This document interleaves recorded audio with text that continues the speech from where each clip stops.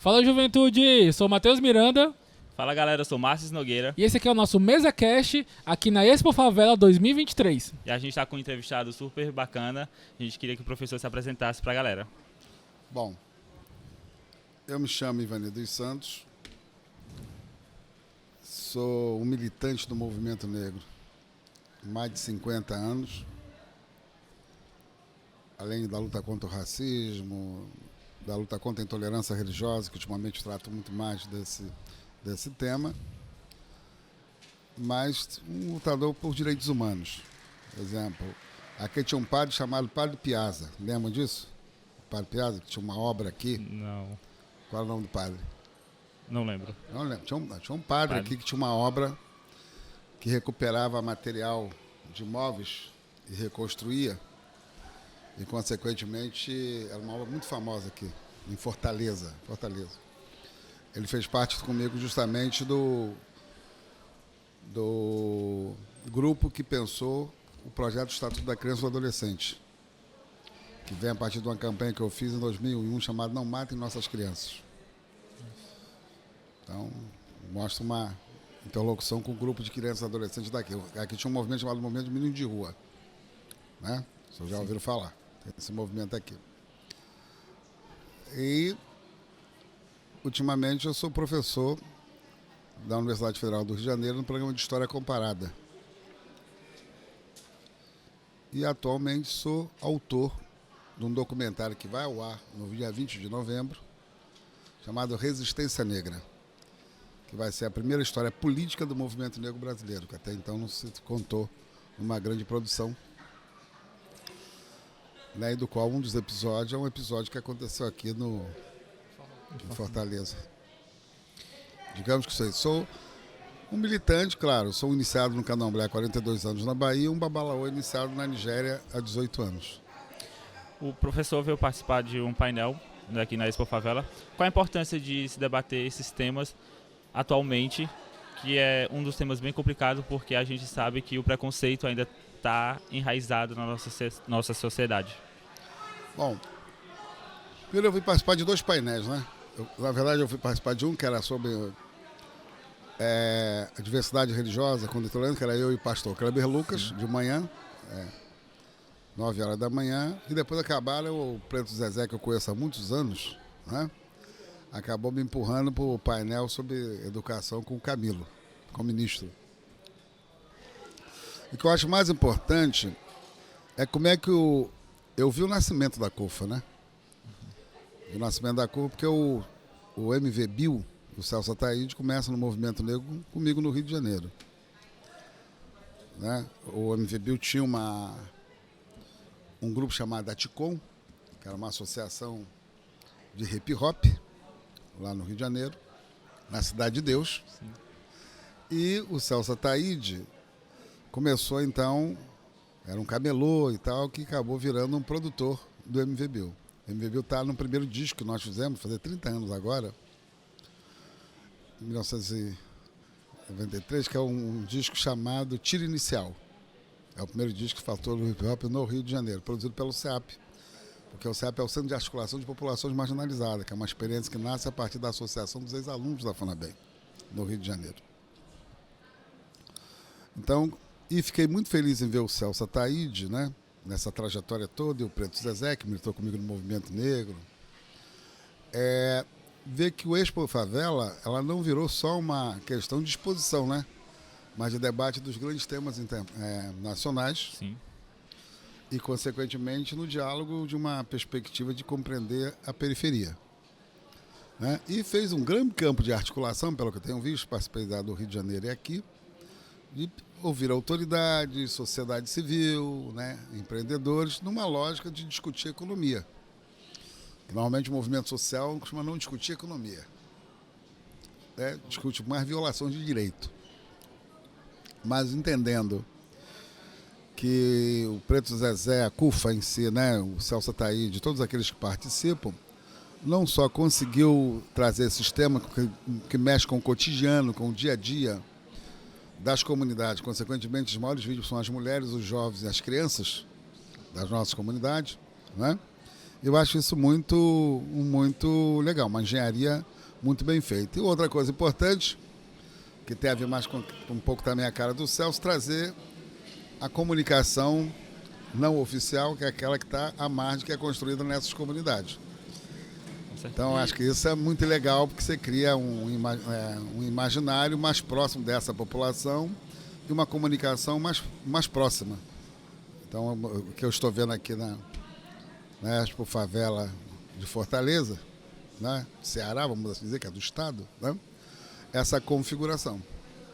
Massa, massa. Eu queria saber, como é que tu tá vendo, que já tá vendo na palestra, né? Como é que foi essa tua ligação também com o público? Que, assim, como você tava falando, é legal a gente ter esse evento, ter o debate também, mas também essa interação com o público também. Como foi essa tua perspectiva também com o público? Eles também Olha, conversando rapaz, com eu vocês? nem sabia que eu era um pouco popular na Fortaleza, né? No Ceará. Talvez você não me conheça, mas eu sou uma figura pública. Eu organizo uma caminhada no Rio de Janeiro, uma caminhada contra a intolerância pela liberdade religiosa, uma caminhada de 16 anos, muita gente. Massa. Então é muito comum, não só pessoas do candomblé, né? Que nem sabia que eu estava aqui, mas que me vem. Outros até estavam me dizendo agora, não, nós vimos lá no Instagram, tá todo mundo comentando que o senhor está aqui, que a gente sabia que eu estaria aqui. Então isso é uma coisa muito interessante. E como eu sou um professor de uma universidade, estou no campo da educação, e muito tema que está aqui, não só está no campo do trabalho, mesmo no campo do trabalho está discutindo formação, obviamente está no campo da educação, então você tem uma interlocução muito grande. Então você tem desde jovens da periferia, né? Não só os empreendedores, mas jovens mesmo, né? Jovens de escola, que eu vi muito aqui, isso é bom para nível de formulação, você entender uma luta contra o preconceito e a discriminação a partir do campo da prova da educação e muitos professores. Então eu vi uma interação muito boa, né? Essa é a primeira Expo, né? É a primeira Tá. aqui no Ceará. No Ceará é a primeira. Então como primeira, é isso mesmo. As pessoas acham, né, que a primeira já tem logo que arrebentar a boca do balão, nem sempre. Então o fato dela ser a primeira, obviamente, ela leva uma expectativa para a segunda. Então na segunda você se prepara que a segunda negócio vai arrebentar. Porque tem gente que às vezes acha que não vai acontecer, né? Nossa população é um pouco assim, é igual a São Tomé. Só acredita vendo. O campo popular é um pouco isso. Então eu acredito, mesmo assim, eu vi muito jovem, né? A maioria do público é jovem e mulheres. Jovem e mulheres. Se observar um pouco... Massa, né? muito top. Professor, o senhor disse que participou da Expo Favela também no Rio de Janeiro. E agora, a primeira vez aqui, por conta de ser a primeira vez aqui em Fortaleza. Existe alguma diferença de debate? Porque a gente sabe que Fortaleza e Rio de Janeiro, em alguns aspectos negativos, infelizmente, são bem parecidos. Existe alguma diferença de debate entre...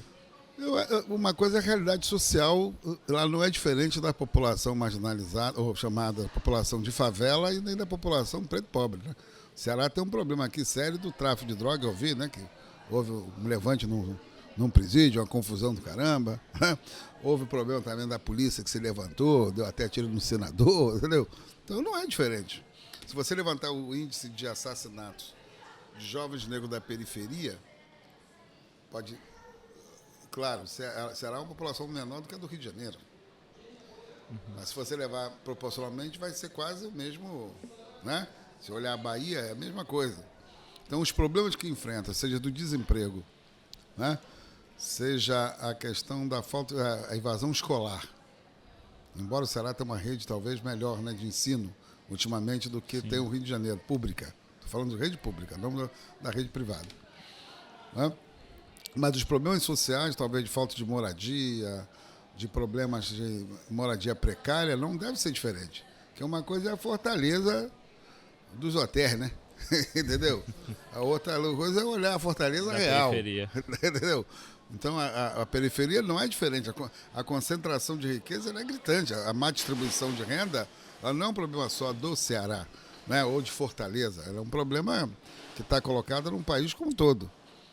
Mesmo nós temos um governo que tem como compromisso, ainda mais no último período que nós passamos, né? Que se ampliou esse fosso. Então, o que eu tenho observado é que o crescimento econômico do Ceará cresceu. Eu venho aqui, em alguns momentos eu estive aqui no Ceará, né? Principalmente de Fortaleza. E também no interior, né? Em Juazeiro, por conta de uma manifestação que tem lá em Juazeiro. E uma universidade que tem lá.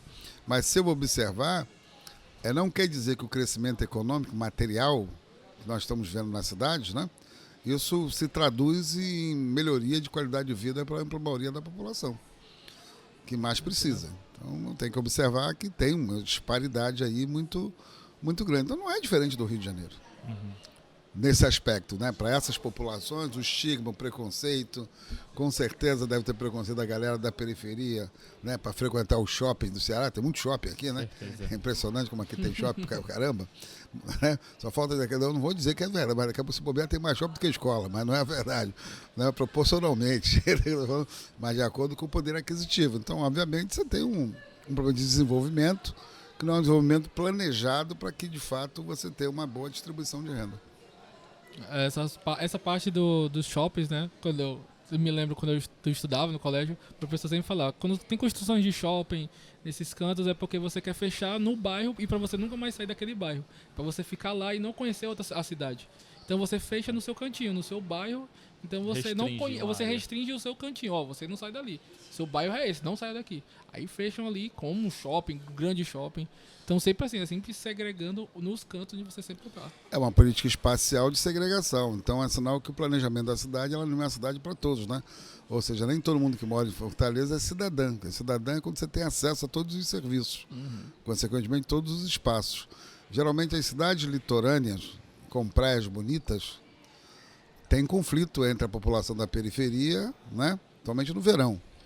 E aqueles que acham que são donos da praia, obviamente, aqueles que têm maior poder aquisitivo, que moram mais perto desses espaços litorâneos, e, obviamente, com problema para o turismo. Ainda mais se Fortaleza crescer do ponto de vista do turismo, pelo que eu tenho acompanhado, uns 20 anos para cá, Fortaleza cresceu muito. Até o aeroporto cresceu para caramba, né? Fortaleza era pequeninito quando eu vim aqui, agora está maior. Então, isso mostra que a indústria do turismo cresceu. Então, isso é bom para a economia? É bom para a economia. Agora, se ela não é boa também para você diversificar, né, e democratizar o acesso dessa riqueza, vai aumentar cada vez mais a violência policial, obviamente, né, o controle, a estigmação dessa população justamente segregada no seu espaço. Né? Então, isso é muito ruim. Eu acho que o ideal é que você tenha uma cidade que ela seja de todos, né? E não apenas de uma minoria. Isso mesmo. Voltando agora para a parte da religião, o senhor acredita que um dia a intolerância religiosa vai acabar? E como é que as pessoas podem prevenir o preconceito? Eu tenho que entender que religião é uma construção intelectual subjetiva como qualquer outra. Sabe? Religião. Não estou falando de fé. Sim. Fé é outro papo. Verdade. Fé e o divino é outra conversa. Estou falando de religião. A religião é criada pelos homens. As pessoas não entendem que por trás da construção dessa lógica do religião existe uma construção social, política, econômica e cultural. Não é só religião. Não é. Não é à toa que uma coisa é a manipulação da fé para esses objetivos. E a intolerância tem a ver com isso. Mesmo se você olhar, quando começa a questão da intolerância mais conhecida, né, como intolerância no século XVI, com o advento dos reformados, sim, e aí a briga com os católicos, né, e eram perseguidos e se matavam por conta da religião. Quando Locke fala no século XVII, escreve uma carta sobre tolerância, ele está falando justamente dos conflitos que existiam na Inglaterra, né, da cisão da igreja anglicana, né, e está falando de Locke era calvinista, que hoje você vai dizer presbiteriano. E aí você tem todas as divisões, depois os metodistas, os batistas e tal, era no tiro. Então, quando ele vai falar isso sobre isso, e quando ele vai defender a laicidade, era a ideia de você ter um Estado, né, que protegesse os cristãos e a tolerância era um diálogo. O Estado moderno é criado a partir dessa concepção. E ele já defendia a laicidade. Né? Ele falava sobre a laicidade.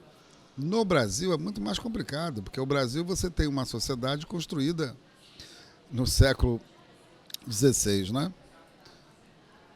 Não é bem construída, mas os caras chegaram aqui no século XVI. Você tem a Igreja Católica como Estado. A Igreja Católica é o Estado até o século XIX. Até o século XIX. Ela é o Estado. Ela faz parte do Estado. Consequentemente, era a única religião que existia. Tanto que os padres eram indicados pelo próprio Estado, pelo rei e depois pelo imperador. Ok? Mesmo na Constituição do Império, que é a Constituição de 1824, ainda vai reafirmar o catolicismo como religião oficial. Então, e se você levar em conta que desde a colônia e o Império você tem as ordenações filipinas, né, que era o código da igreja, que era o código criminal, e que condenava as nossas práticas à morte. As nossas práticas eram condenadas, as pessoas esqueceram disso, à morte. Quando tem um código criminal de 1830, que é o primeiro código do Império, tem a Constituição do Império, que vai reafirmar a Igreja Católica como religião oficial, e depois você tem justamente o Código Criminal. Ali vai colocar as nossas práticas de saúde, né, sociais, culturais e espirituais como crime, porque não eram práticas cristãs, como crime, disso que nós estamos falando. Inclusive com o advento do papel dos médicos e dos juristas, que vai transformar, né, em lei. Bom, quando vem a República, que a gente achava que era diferente, não foi diferente. A República, pelo contrário, o Código Criminal nasce antes da Constituição Republicana. Ele é de 1890. E no seu artigo 156, o 157 e o 158, ele vai criminalizar essas práticas, justamente numa disputa com os médicos. Porque o que está no jogo disso tudo é a disputa da saúde, o tratamento de saúde. Porque a gente sabe disso. E os juristas, eugenistas, né, e com ideias lombrosianas.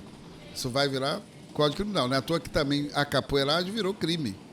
E também entra a história, não tinha emprego, após a abolição, também entra aí a questão da vadiagem. Quem não tem na família um tio que a avó não disse que ia pegar na delegacia, porque era preso por vadiagem, porque não tinha emprego para todo mundo.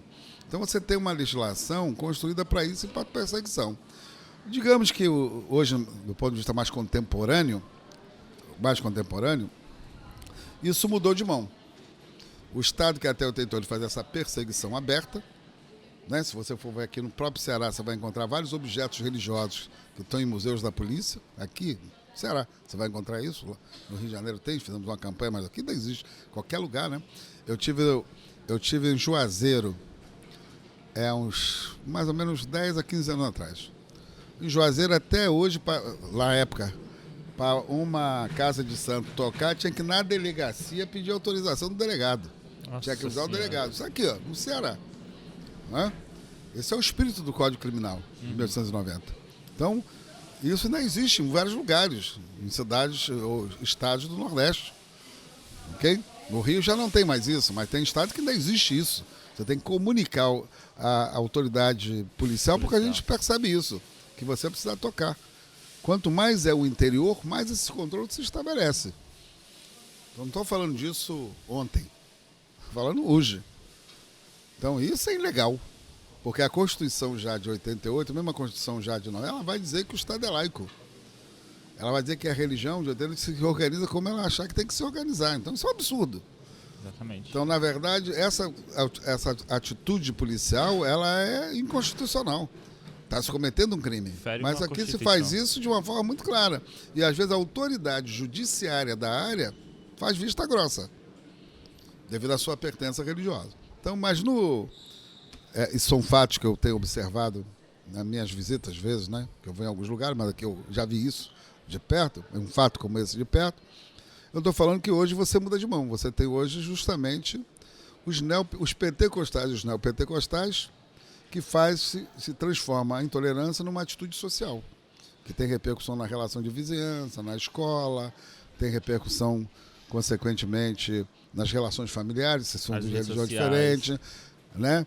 Nas redes sociais, né? Em vários lugares. Mas isso na escola, então, no campo do trabalho, né? Se o cara o chefe é de uma religião, já quer demitir o outro, ou não aceita, isso está acontecendo no dia a dia. A intolerância ela é muito maior, ela não é só uma coisa, né, que você o cara só deu o cascudo no outro, não é só isso. Isso também. Mas ela se perpetua e cresce, por isso que é difícil, pela omissão do Estado. Esse é o problema. Porque as pessoas que compõem o Estado, elas têm religião. Geralmente. Elas têm religião. E são cristãs.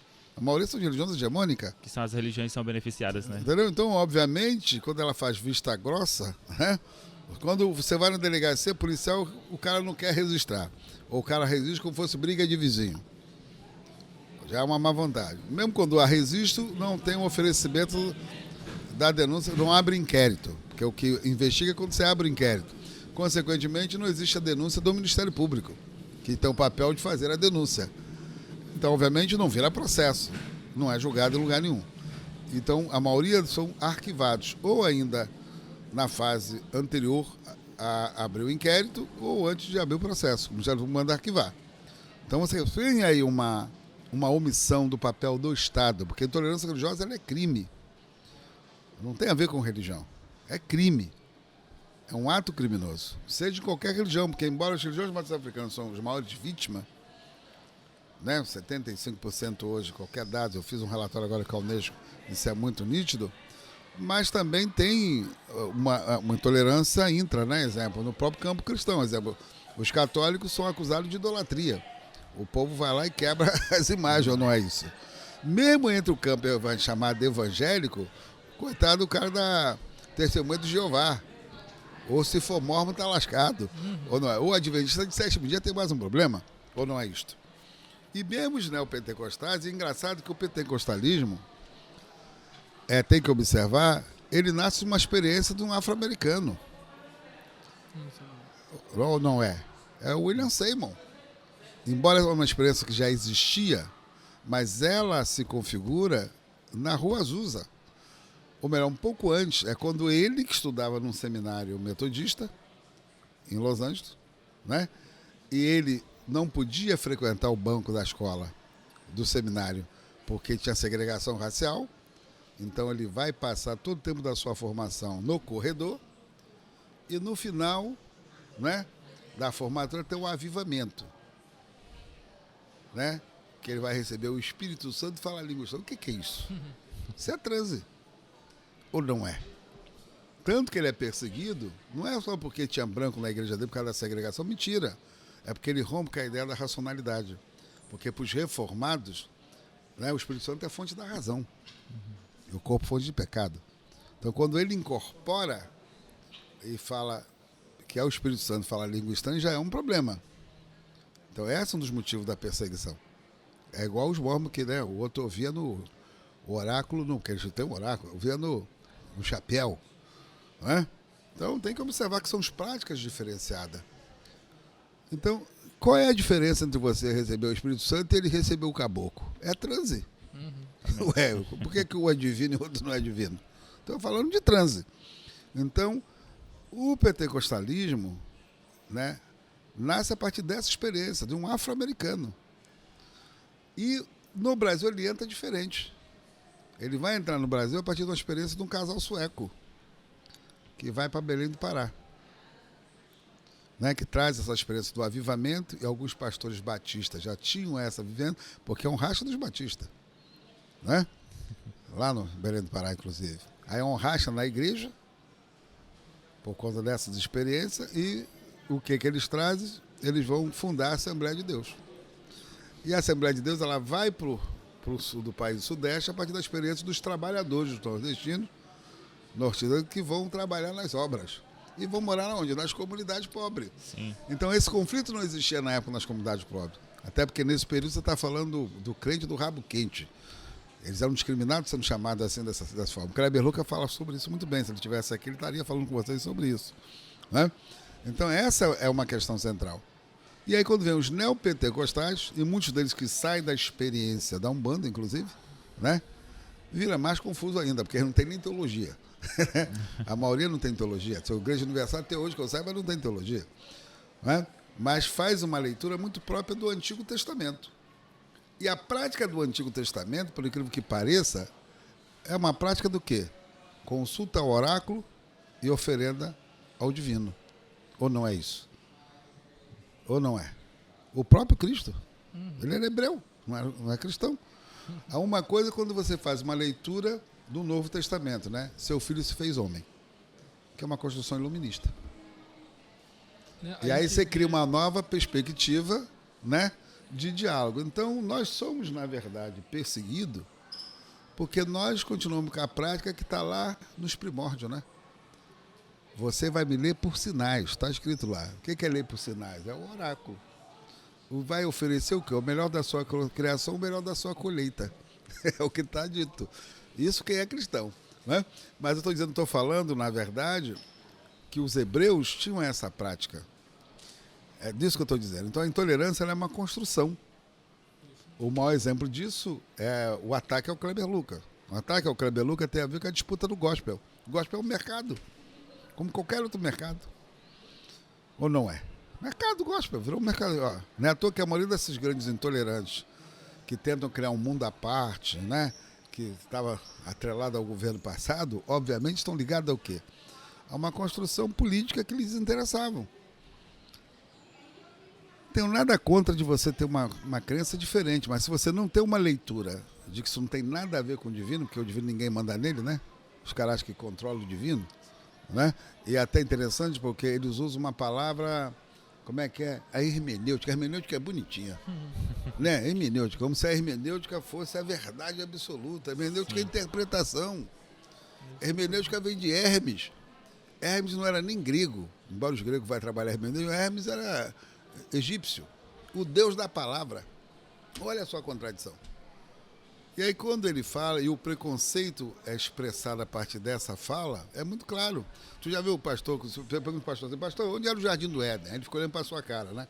Ele mesmo não sabe o Jardim do Éden. Não, é porque na hermenêutica do pastor, no púlpito, ou mesmo do padre, quando ele fala do Jardim do Éden, ele conta uma história bonita, aí os fiéis ficam olhando, né? Parece que ele está falando que era lá em cima, né?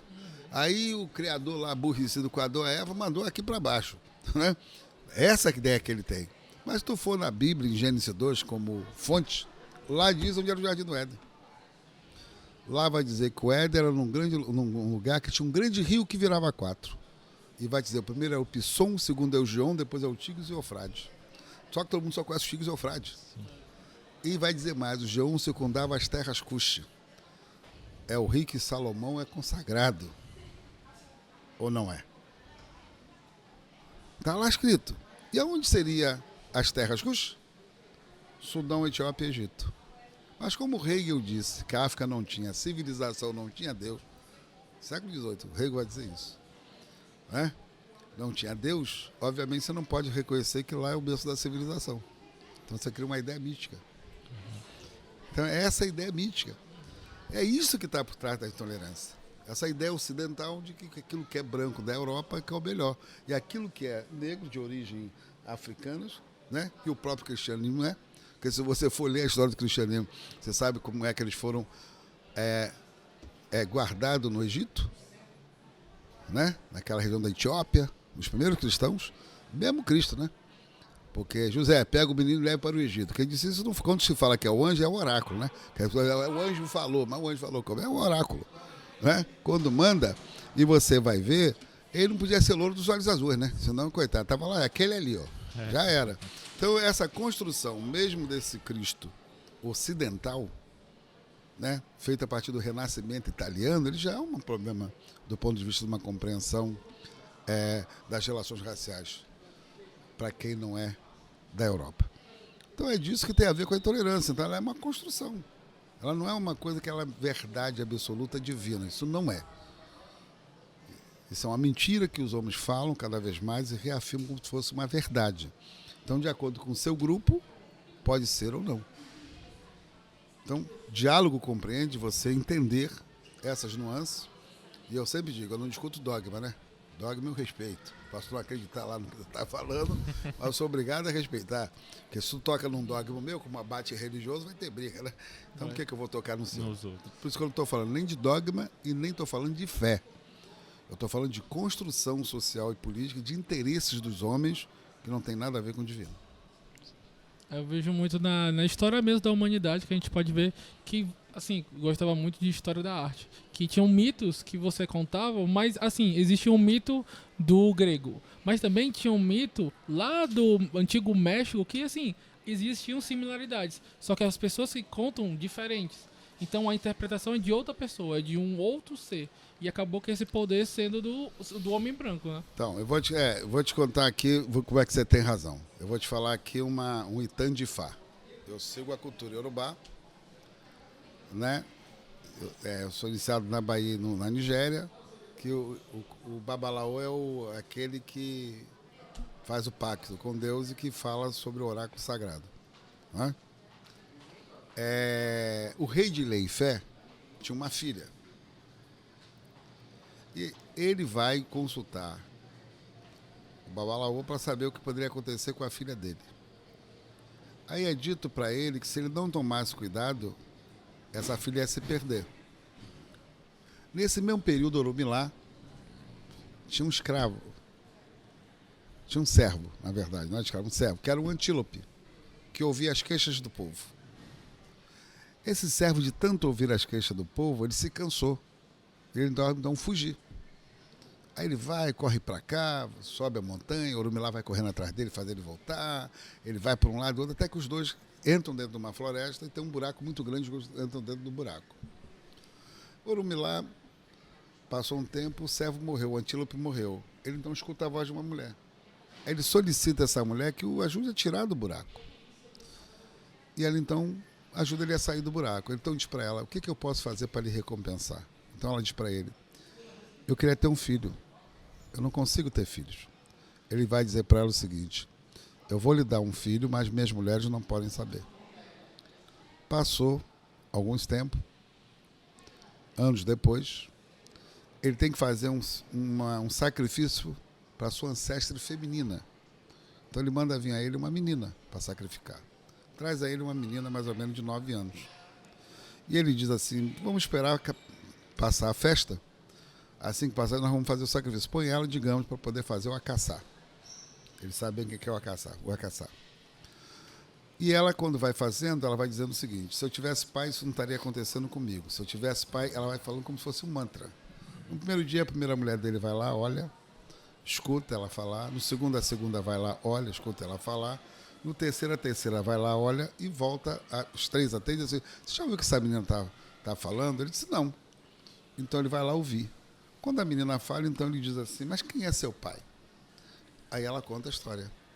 Que o pai dela estava dentro de um buraco, né? E a mãe ajudou o secretário. Então que era filha de Leifé que estava perdida. Então ele a reconhece como filha e determina que a partir daquele momento não mais teria sacrifícios humanos.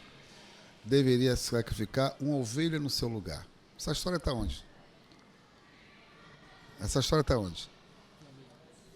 Abraão, né? Só que os judeus estão no ano 5.700 e alguma coisa. Na era de Fá, estão no ano 10.064. Entende? Estou querendo te dizer? Total. Porque a Bíblia é uma história de um povo com Deus, que é os hebreus. Essa história, esse povo não está na Bíblia. Os urbanos não estão na Bíblia. É isso que as pessoas têm que entender. A Bíblia é uma história. Eu tenho maior respeito à Bíblia. Eu não vou dizer para ninguém... Não é a minha referência de fé, mas não quer dizer que eu vou desqualificar quem tem como referência de fé. Mas vocês têm que entender que é uma história de um povo com Deus. E esse povo é hebreu. E de um outro hebreu que é o Jesus. Ou não é? Então há histórias que não estão na Bíblia. Então ela não pode ser uma verdade absoluta para todo mundo. Ela é uma verdade absoluta para você que acredita. Esse é um dos pontos centrais quando você quer virar hegemônico. É simples. Então tem outras histórias, tem outros povos mais antigos do que os hebreus no mundo. Eu estou te falando do Itã de Fá, posso citar 500 outros. Ifá, que é a nossa sabedoria divina, é o oráculo, era filho de uma mulher que não teve homem. Foi fecundada pelo um vento sagrado. E aí? Isso tem 10.064 anos na nossa tradição. Jesus é 2.000 anos. Sim. Aí vão dizer, não, mas ele já existia antes. O espírito de falar, de fato, é anterior. Você vai encontrar em várias outras culturas histórias e possibilidades que são muito semelhantes. Ok? Então é disso que eu queria dizer para você. Então a intolerância, ela é crime. E como crime, ela tem que ser combatida como um crime. Sim. Ela não é nada a ver com religião, porque é uma religião que divide família, que é o mal do outro, que é infligir dor no outro. Né? A intolerância religiosa, ela dialoga com a intolerância religiosa, ela dialoga com o racismo, com a homofobia, com a misoginia, com o antissemitismo, com a homofobia, com o antissemitismo, entendeu como é que ela é muito mais perversa? Isso é a construção do ser humano. Isso não quer dizer que Deus mandou lá em cima você fazer nada. Você está dizendo que ele mandou, mas ele te deu procuração, onde é que está a procuração? Isso é sua interpretação a partir do seu grupo social, da sua cultura social, é simplesmente isso. Não é à toa que você tem no mundo mais de 30 mil grupos cristãos. Né? O que eles têm, que o Hegel conseguiu fazer muito bem, é a universalidade. O que o Hegel faz? Pega a filosofia de Aristóteles e torna universal. Isso é o Hegel. Qualquer estudioso sabe disso. Que vai pegar Aristóteles, ele gostava da filosofia grega, e ele universaliza para todo mundo. E nós sabemos que o universal não quer dizer que é um modelo, mas não quer dizer que é a verdade para todo mundo. Essa que é a questão central que nós temos que discutir, pensar para viver melhor na sociedade. Professor, um grande prazer ter conhecido o senhor. E assim, para a gente finalizar, eu queria que o senhor mandasse uma mensagem para essa juventude e também a Expo Favela. Eu acho que a juventude, o que eu diria é muito bom ser jovem, né? Porque o jovem, ele acha que descobriu a pólvora, né? O jovem acha que descobriu a pólvora. É uma creca do caramba, né? Mas eu sou de uma tradição da ancestralidade. É inegável que a juventude ela tem uma energia muito grande e muito transformadora. Mas se ela não entender que ela é continuidade, não um indivíduo, ela não faz uma sociedade melhor. Eu acho que o mundo cartesiano faz você acreditar que você é indivíduo. Né? O mundo não, mas tem um outro mundo que é o não cartesiano. Os indígenas não são cartesianos, os africanos não são cartesianos. Então a Europa que é cartesiana. Então se eu entendo que é continuidade, né? E que os nossos ancestros falam, estão presentes aqui o tempo todo, né? Eu acredito que você pode fazer melhor. A força da juventude é importante, mas se eles não entenderem, não compreenderem, isso tem até com a memória da família, né? Eu sou de uma época que o mais velho era o mais velho. Você conhece o tio mais velho? Era uma encrenca se tu não tomasse. Até o irmão mais velho, se tu não tomasse a bênção, era uma encrenca do caramba. E por que o mais velho tem um papel importante? Vocês não sabem, porque na tradição ancestral de todo mundo, ele está mais perto do que já foi. Por isso que o avô tem um peso considerável nessas culturas. Então a juventude, se ela compreender que ela é uma força transformadora importante, mas se ela também não entender que ela tem que deixar um legado para aqueles que virão depois, não adianta querer viver só hoje, agora, né? Achando que você tem que entender que você tem que deixar para depois, não é só ter benefício próprio. Eu acho que isso não ajuda a sociedade a ser cada vez melhor. Foi um prazer conhecer o senhor e também esse grande debate, viu? E, pessoal, uma aula, né? Com certeza mesmo. Pessoal, a gente vai se despedindo daqui e valeu, galera.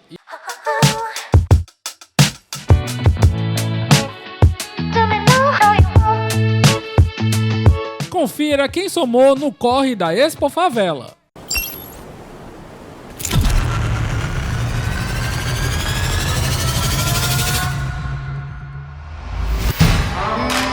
O que você tem para fazer hoje? Porque para mim falta tempo. São tantas atividades e especializações ofertadas para a juventude de Fortaleza. O investimento na qualificação dos jovens, trazendo um mundo de oportunidades reais para todos nós. Eu vou fazer o seguinte, eu vou parar de falar e vamos sentir um pouco dessa realidade que eu vivo.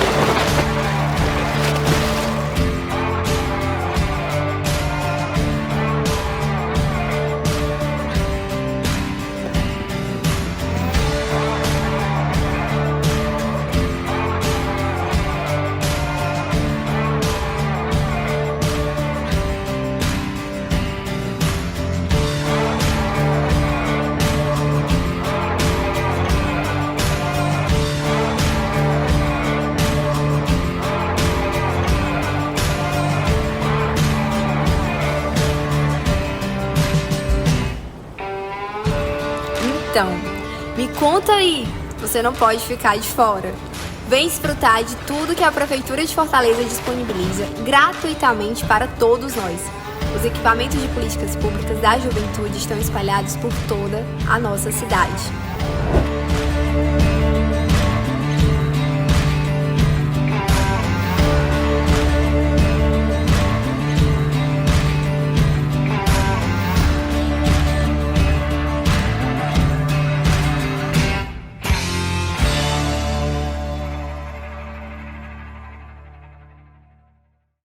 O trabalho dos vereadores está em toda a Fortaleza. Eles traduzem a sua voz em leis municipais que fazem a cidade acontecer e se desenvolver. A informação do valor por quantidade do produto nos supermercados É lei da Câmara Municipal para garantir os nossos direitos. Quando a gente coloca o nosso carro no estacionamento, tem uma lei para proteger nossos direitos. O meu filho tem deficiência e teve prioridade na vaga da escola, garantida por lei municipal. O meu atendimento preferencial em todos os caixas também é trabalho dos vereadores. É lei. Uma cineminha também é garantida também por lei municipal. E o nosso meio ambiente está protegido com uma lei municipal que proíbe as queimadas. O trabalho do vereador é construir uma fortaleza de todos. Uma cidade melhor pra gente viver. O governo do estado apresenta o Ceará Sem Fome, um programa para combater a fome que reúne a sociedade e instituições públicas e privadas em ações para alimentar a população mais carente, como o Cartão Ceará Sem Fome, para milhares de pessoas adquirirem alimentos de pequenos comércios e da agricultura familiar, e também o apoio às cozinhas para produzirem e distribuírem refeições, porque um Ceará forte é um Ceará sem fome. É luz, é calor que vem do coração. Cuidar de cada cearense, essa é nossa missão. O povo que vive aqui confia no trabalho pra avançar, pra cantar alto e dizer: eu tenho orgulho do Ceará. A gente cuida pra avançar, esse é o Ceará. Abraça nossa gente, isso é muito Ceará. Acolher, desenvolver, renovar e trabalhar. A gente cuida pra avançar, esse é o Ceará. Abraça nossa gente, isso é muito Ceará. Governo do Estado. Cuidar das pessoas, avançar o Ceará. Nossa receita de felicidade alimenta um mundo com saúde, conhecimento, segurança e inovação. Estamos sempre em movimento dentro e fora da indústria, contribuindo para uma sociedade mais consciente e preparada para os grandes desafios. Em nossas clínicas, cuidamos das pessoas com serviços de qualidade e atendimento de excelência. Em nossas escolas, formamos jovens criativos, valorizando a educação prática e conectada ao mundo do trabalho. Em nossas academias, promovemos saúde e qualidade de vida. Para as empresas, oferecemos soluções em saúde e segurança do trabalho, fortalecidas pela inteligência de dados do Centro de Inovação do SESI. No Museu da Indústria, preservamos nossa história e nossa evolução. Na trilha do presente, seguimos vislumbrando um futuro cada vez melhor, pois nossa felicidade está conectada à sua. SESI Ceará, feliz de quem tem.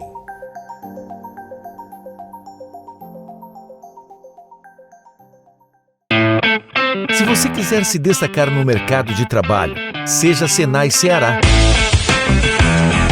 Nossa missão é desenvolver a indústria cearense.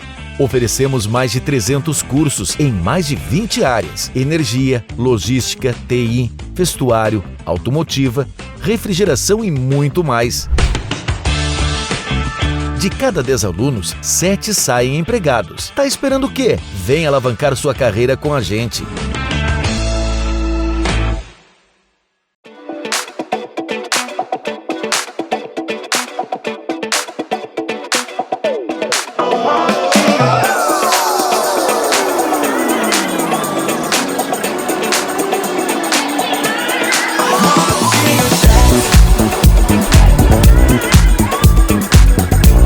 Porque muitas pessoas entram no coletivo sem um futuro determinado ainda. E ali dentro do coletivo ele vai moldando, ali dentro do coletivo vai estabilizando um futuro. E aí as pessoas já saem de lá prontas. As pessoas já saem de lá diferentes, já com a cabeça, com o pensamento nas alturas, já pensando já do que fazer no futuro e com tudo determinado.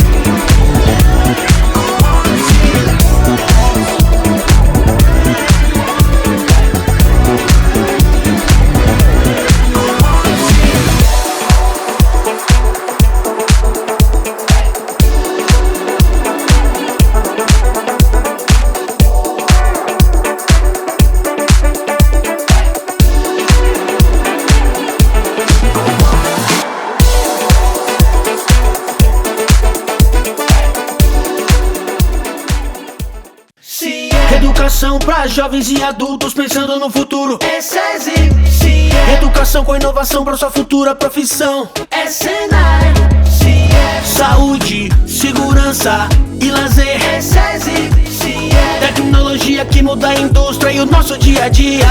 É SENAI, se é pelo seu futuro, pelo futuro da indústria do país. É SESI, é SENAI. SESI Senai, pelo futuro do trabalho.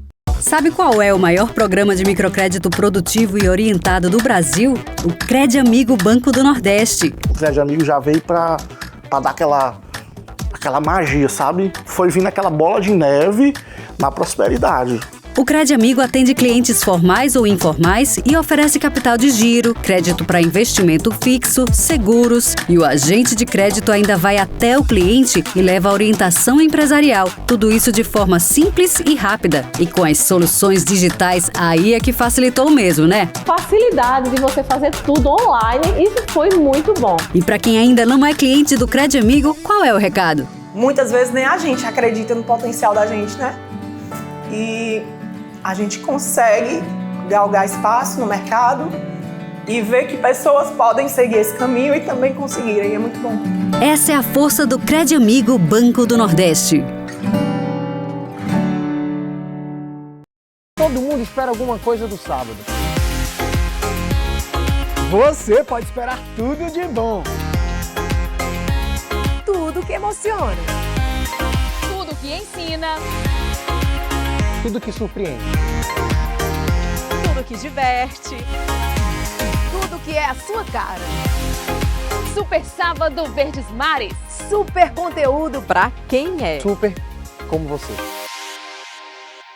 A chama que aquece a panela da Dona Maria é a mesma que esquenta o café e levanta o Brasil todo dia. E esse gás não existe igual. É líder em segurança, preferência nacional. A chama que aquece o Brasil se chama nacional. Como nosso botijão pratinha não tem nada igual. Nacional Gás, todo brasileiro tem essa chama. Nacional Gás.